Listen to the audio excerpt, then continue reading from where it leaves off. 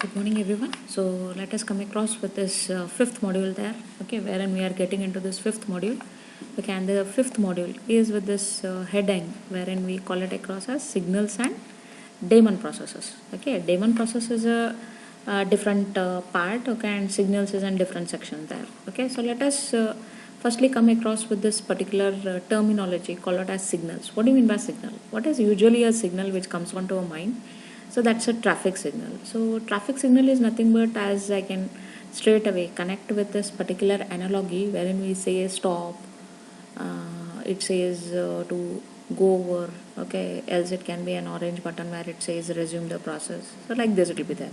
Okay, so signals, if I want to say it across as a definitive way, so we can call signals as a type of communication also, where the processes are communicating with one another. Okay, that is one kind of a signal which wherein you can say. Else one more is we can just say that how the kernel is interacting with a particular process. So that also I can call it across as a signal there. Okay, kernel is communicating with the process, okay, through in form of a signal. Else whenever particular hardware device have to communicate across to the kernel, that also is been done through this particular term called as signal there. Now if at all through a keyboard I use a control S, control Z, control Q, so what are those? Those are all nothing but wherein we say that we are going to interrupt that particular process there. Okay, for that particular interruption we say that the signal has occurred, or else the signal is being communicated in this particular way. Okay, so that is all what we are coming across with the term called out as signals here. Okay, signals are nothing but they are software interrupts there. Okay, in simple terminology, if I want to define it, signals are software interrupts. Okay, signals provide a way of handling asynchronous events there. Okay, a user at a terminal typing the interrupt key to stop or as a program or the next program through a pipeline terminating permanently, if at all prematurely. Okay, permanently he wants to delete that something wherein he wants to do these all things. So how these all are being communicated to the kernel? Okay, these are all being informed to the kernel through the terminology called it as signal there. Okay, so wherein I have a numeral signals with me. Okay, and have the what are the works each of the signal does, and what are the default action what happens by an respective kernel there, what kernel takes as an impact. Okay, the very first one is sig abrt, okay, which stands out for signal abortion, where you are aborting a particular termination there. Okay, so it terminates and a core file is created. Sig al rm, so these all are held in this header file called out as signal.h. all of them will be available. Okay, these are the signals, and for each of them what kind of an work that particular signal is doing. Sig ALRM is where you have used across with your alarm as an API. Okay, when that alarm runs out of this particular time, so this is a signal which has been generated. Okay, Sig bus, where you have an bus problem, okay, hardware bus problem, so at that time this is a signal which has been generated. Sig cancel,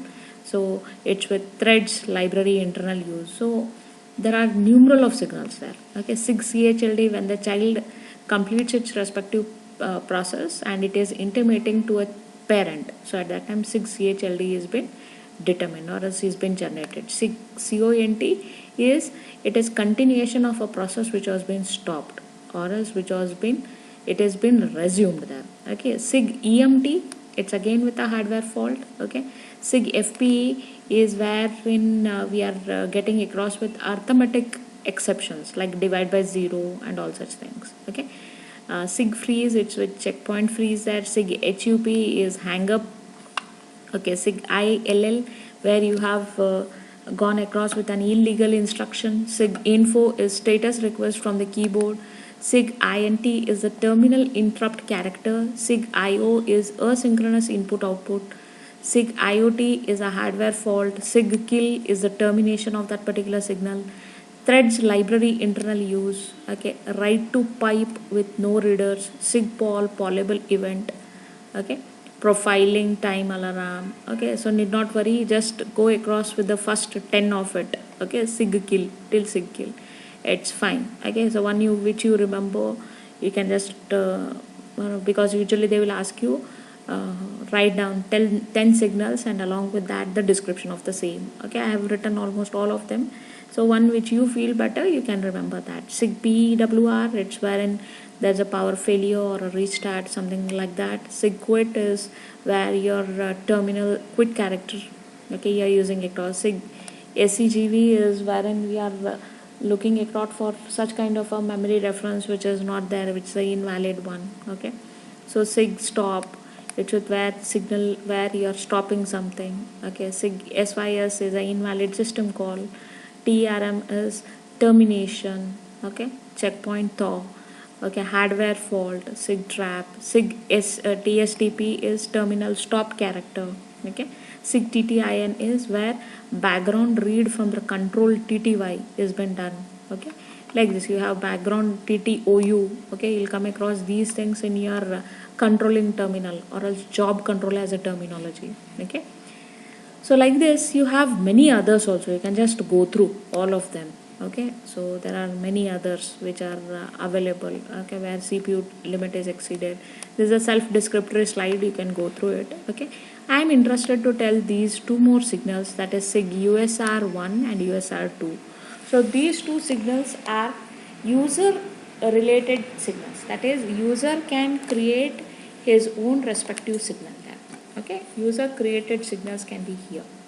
Okay, user defined signals. Okay, you can create your own signal and you can just say across with what kind of a description you want for that. Okay, so that can be done.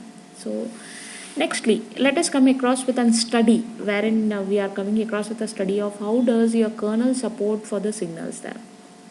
Okay, the kernel support for signals is when a signal is generated for a process, the kernel will set the corresponding signal flag in the process table slot of the recipient process there. Okay, if the recipient process is asleep, the kernel will awaken the process by scheduling it.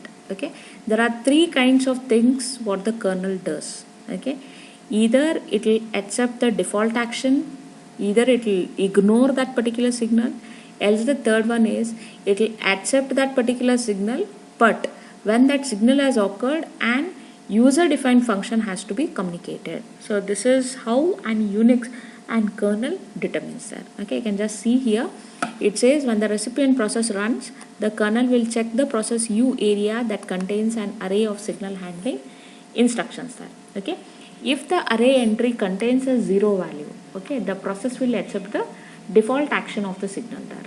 Okay, if the array entry contains a 1 value, then the process will ignore the signal, the kernel will discard it. Okay, if the array entry contains any other value, it is used as a function pointer for a user defined signal handler routine there. Okay, so this is what happens whenever the kernel is reacting across for a in a support for a signal there. Okay, three kinds of things there. Okay, so for this supporting, how does the Unix kernel support for these signals is through this particular API. Okay, and that API goes like this.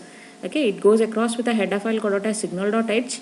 Okay, wherein you have this particular signal. Okay, it takes across with two arguments here, one is sig number, okay, and one more is the handler, okay, which was the previous handler there. Okay, so that has been given across. The formal argument of the API or sig number is the signal identifier. Now here these are all your sig identifier, sig numbers. Okay, for us these are all in an what do you say, in an what is a word format. Okay, but wherein how your kernel interprets it, it interprets it in an integer type there.